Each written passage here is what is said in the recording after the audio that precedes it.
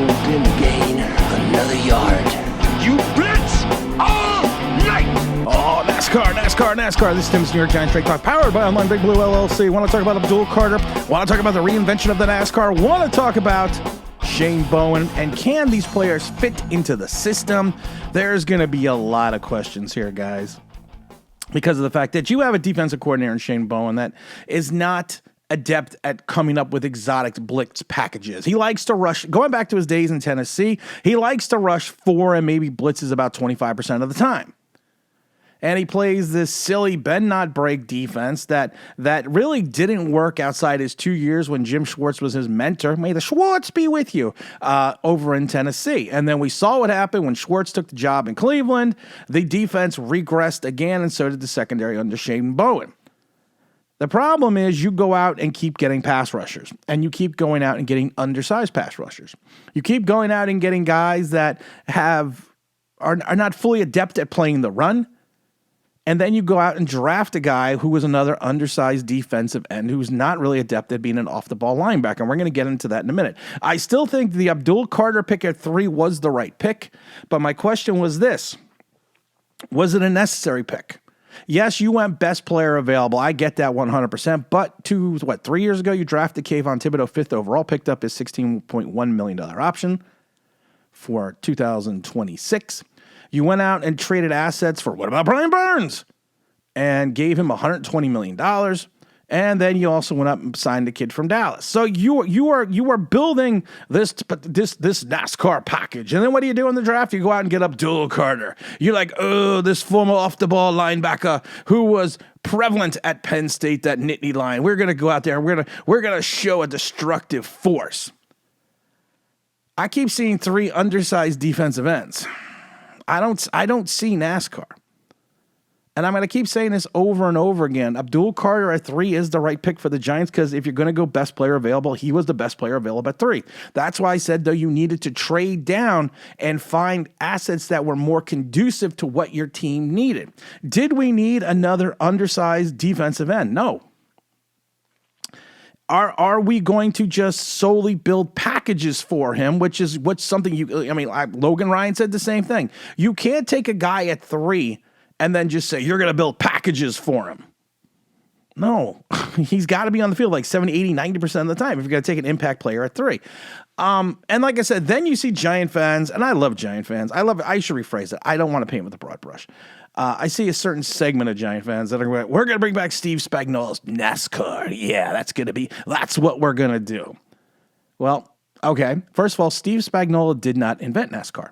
Steve Spagnuolo, in his 2 years, and especially in 2007, he used the pass rush to help negate things that were going on in front of him, especially with people like Tom Brady. The inventor of the NASCAR was Perry Fuel. I remember in Albany back in 2010, sometime in September, you could hear them yelling out NASCAR. You could hear that.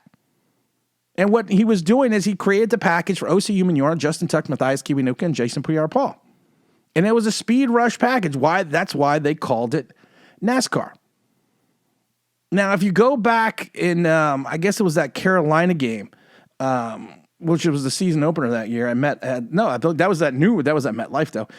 That's when NASCAR really came out. That's when it was debuted.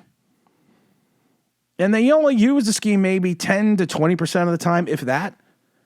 But that was a team that also had Chris Canty that could get, had some giddy up getting after the quarterback. You had linebackers that were not great, but understood how to play the run, understand how to play their assignment. And then, like I said, you had defensive ends in O.C. Umenyiora and Justin Tuck, Matthias Kiwanuka, and Jason Pierre-Paul, who had the understanding of how to get the giddy up after the quarterback, but also understood how to play the run.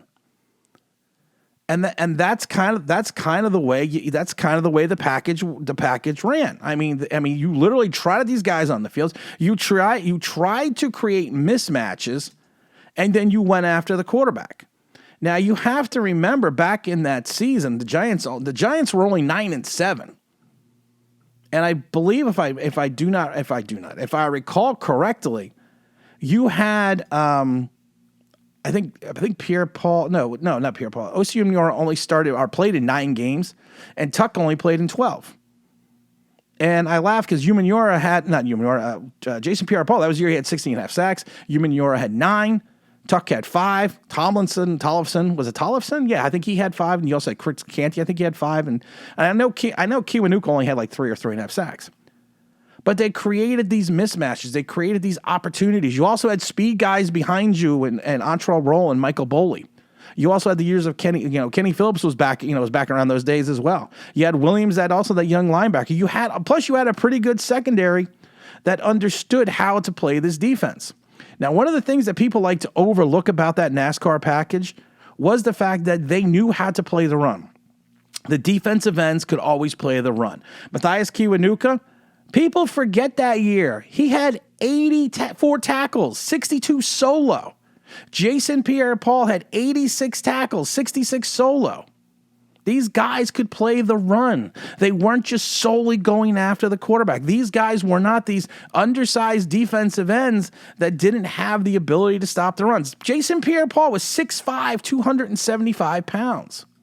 He was a snake. You had Matthias Kiwanuka was 6'5", 270 pounds. Are you seeing a trend here? Justin Tuck, 6'5", 267 pounds. Are we getting it yet? These were not undersized defensive ends. The smallest one was Osi Umenyiora at 6'3", 255 pounds, but all of them understood how to play the run. The Giants' current defensive end situation doesn't get that. We don't get that. We have been gouged on off-tackle plays since, like I said, since that Joe Judge joint practice in Cleveland years ago on that preseason game. Everyone figured out, and on this channel we've always said it, run to the left, run off tackle left. We always say it this way, off tackle left, off tackle left, off tackle right, off tackle left, off tackle right, up the middle, over the top. That's how you play the Giants all defense. That's how you've played the Giants defense for years. Now you bring in a guy with Shane Bowen who runs a bend not break defense. He runs more of a zone style defense that blitzes maybe 20% of the time and likes to rush 4. So you're saying, well, Tim, rushing 4 at this opportunity would be smart because that's what NASCAR was. That's what the NASCAR package did. You rushed 4 and you created those mismatches. But like I said, you had defense, you had large defensive ends who were quick, who understood how to play the run, who understood how to hold their assignments and how to hold their edge. And they also knew not to overcommit and overpursue. That's not Kayvon Thibodeau. That's not Brian Burns. We've said it before. We worried on this channel the first day that they signed Brian Burns and said, what's going to happen when Brian Burns and Kayvon Thibodeau both disappear in the same game? And we all knew it was going to happen because if you take a look at their history and how they play, they always disappear. They always disappear for a game, for 2 games, for 3 games, or maybe 4 games at times. But they'll disappear. They won't have any stack. They won't have any sacks. They'll have like 1 tackle and 1 solo tackle. And what happened? They both disappeared in Minnesota. It didn't show up for like 3 weeks later. So now you go out and get Abdul Carter. Oh, Abdul Carter! I can't wait to see him in the NASCAR package. The guy is an undersized defensive end. Can we just be honest about it? Can we just look at him and just say, okay, he is an undersized defensive end, and that's what he's going to be. If you look at truly what he brings to this team, I think is he going to be. I also love the other day, I was looking that we were going to bring back NASCAR last year when we had Aziz Ojulari. And then I remember in 2016 when we were going to bring back NASCAR, we had Olivier Verdon and a few others. It's over. It's over. It was a moment in time, a snapshot in time that certain Giant fans will never understand, will probably never come back because you're never going to have these 4 or 5 guys that fit so well together and not only could rush a passer but play the run. But we're not going to get into that. Now, Abdul Carter, like I said, is this guy that is to me potentially could be a singularly destructive force. I think he's gonna add that pressure. He's got quickness. He's got good feet. He can, like I said, he can exploit those slower, lumbering offensive linemen. Now, the problem is you're not going to run into as many of those in the NFL, unless you're playing the Giants. than you are in college football. But he has this ability. He has this giddy up. He has this strength. He's strong at the point of attack. He has this in his limited time rushing the passer, because he's really only had one season, because he had 2 seasons as an off the ball linebacker. And we're going to get into that, and we're going to get into the questions about people saying, well, he could just be an off the ball linebacker. No, he can't. And I have a 27.5% missed tackle ratio that's going to prove that his second year as an off the ball linebacker. But at 6'3", 250 pounds, like I said, he's going to be that edge rusher. He's going to be that speed guy. He's going to be that mismatch. You take a look at him, he's athletic. He's a guy that, like I said, flashes at times spectacular plays. He's got true talent. I love watching his first step. We always call it the dip, and it's his one really speed rushing move that he has, where he comes off the line, he dips his shoulder, kind of cuts his arm. It's not a swim move. It kind of cuts his arm below the waist of the defensive lineman and just uses pure speed to get around it. He can do that because he has this explosive first step, and that's what you want to see. He's got this explosion, this power in the hips coming off the line, which is what you want to see. He's got a close. One of the things I also love is when he's going from the point of attack to get to the quarterback. He's not. He's not Lawrence Taylor. I'm not comparing him to Lawrence Taylor, but Lawrence Taylor had this closing burst. I always liked to watch the film of him tracking down Reuben Mays, the former running back over with the Saints, and how he caught him from behind. He's got this closing burst in pursuit. So whether it's going after and getting the guy in the backfield or sacking the quarterback, he closes out plays. And that's something the Giants don't do. That's something that Kayvon Thibodeau, it's almost going on 3 years in the NFL, still hasn't learned. Kayvon Thibodeau does not close out plays. He does not shut it down. He does not. He misses more than he gets there. In reference to Kayvon Thibodeau, not saying Abdul Carter. One of the things I also love about Abdul Carter is, like I said, he consistently beats his tackles. He forces the quarterback basically at times. And it's almost that Daniel Jones scenario with some of these quarterbacks. You think he's going to get there. You see this guy line up with his hand in the dirt. He's got this 4.48 speed. He ran the shuttle in 4.35, and he's coming at you. And what happens is they see that, and even if the pressure isn't there with Abdul Carter, they abandon. If you in college, they abandon plays. They get out of that clean pocket before, and it's a clean pocket, but they leave the clean pocket because they think Abdul Carter's coming. And that's something that you really love to see in this guy. Now, what you really want to see is you want to kind of see him invent himself some other pass rushing moves. He needs to find a plethora of moves right now, because right now, like I said, he relies on pure athleticism. And he is going to need to grow as a player. When you first get into the league, you are going to be able to use your pure talent and your pure speed. But as the league gets more and more film on you, they are not going to allow you to do that. So he's got to have a better understanding of how to generate a consistent pass rush using a complement of pass rushing moves and maybe some counter moves that are going to help him get around the offensive line. Now, one of the things that does happen a lot sometimes is when you rely too much of your pure talent and pure strength, and you go up against these bigger guys, especially these double teams. We've used this phrase how many times? He kind of gets lost in college. He got lost in the sauce. When he hit that double team and he has a set of firm edge, he struggles, and that's what I worry about, because it's the same problems that Brian Burns has.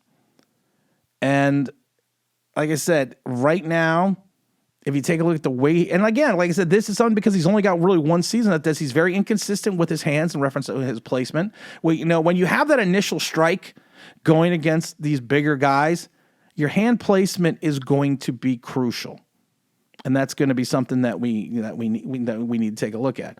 One of the other things that if you take a look at a little bit, he's like I said, he gets lost in the sauce a little bit. He's got a little bit of issue, tackling in space.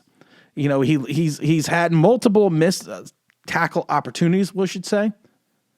And this is one of the things that when I always talk, when people are like, well, we're just going to put him as the linebacker. We're going to put it. We're going to run this full 3 or this 3 full, and he's going to be the linebacker. Well, That would be a good thing, except Abdul Carter, when he was an off-the-ball linebacker in college, those first 2 years was kind of pedestrian. He wasn't great. There was nothing truly special about him. That second season, now everyone compares him to Parsons. He only had 48 tackles his second season. Parsons, and if you total his first 2 seasons, now Parsons only played 2 years at Penn State, but if you take his 2022 and 2023 and total those tackles statistics, they equal one of Parsons' last seasons. Now, it's interesting, like I said, he had 48 tackles combined. He had 25 solo and 23 assists. Now, we always said if you have more assists than solos, you're not leading the point of attack. Now, one of the biggest issues that nobody wants to talk about, I'll talk about it, but nobody wants to talk about it. He had a tremendous amount of missed tackles. His missed tackle percentage, or his missed tackle rate in 2023 was 27.6%. That means when he was either out in the open or, he just wasn't making the tackle. When he's in space, he's not making the tackle. He missed 20. Like I said, I'm not making. This is reported by CBS Sports and multitudes of other sources. He has a missed tackle percentage of 27.6. That's not gonna fly. Listen, we got enough problems with Micah McFadden missing tackles, but you're gonna put this kid in space or either on the outside or the inside, and you are going to allow him to miss 15% of his tackles.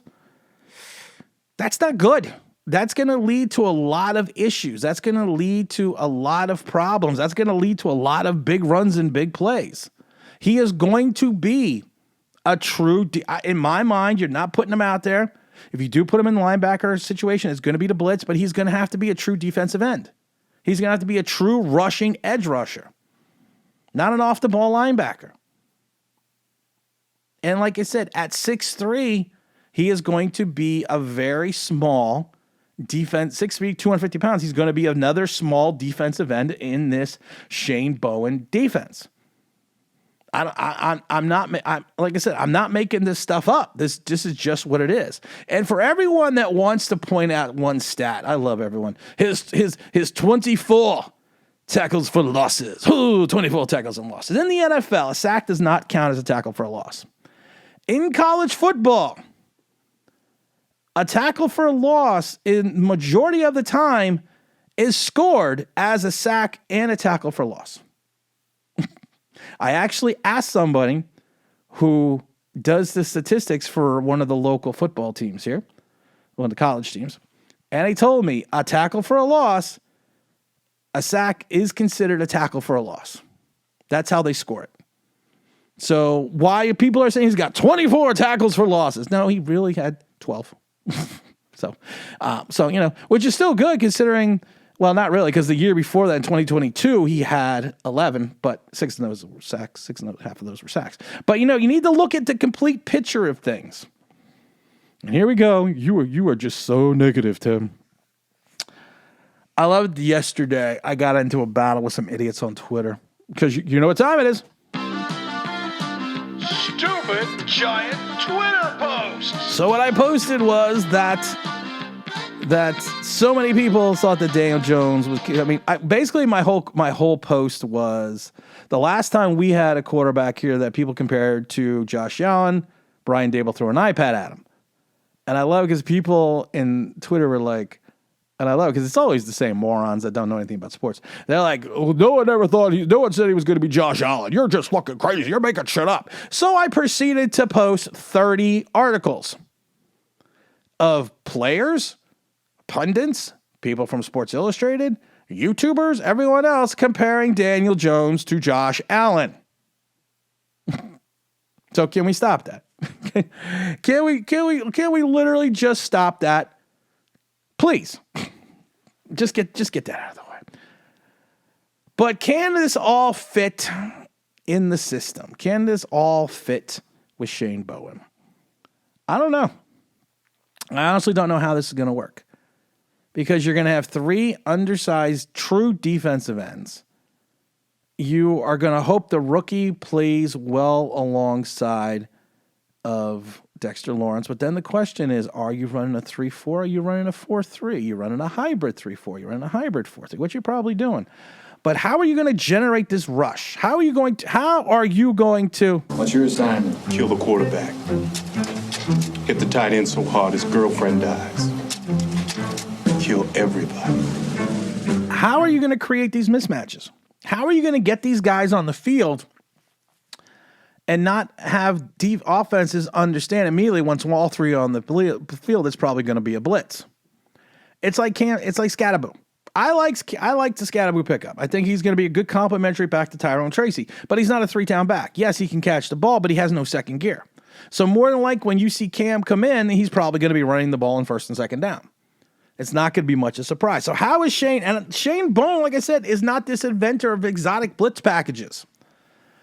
This would have made a hell of a lot more sense if you had Wink.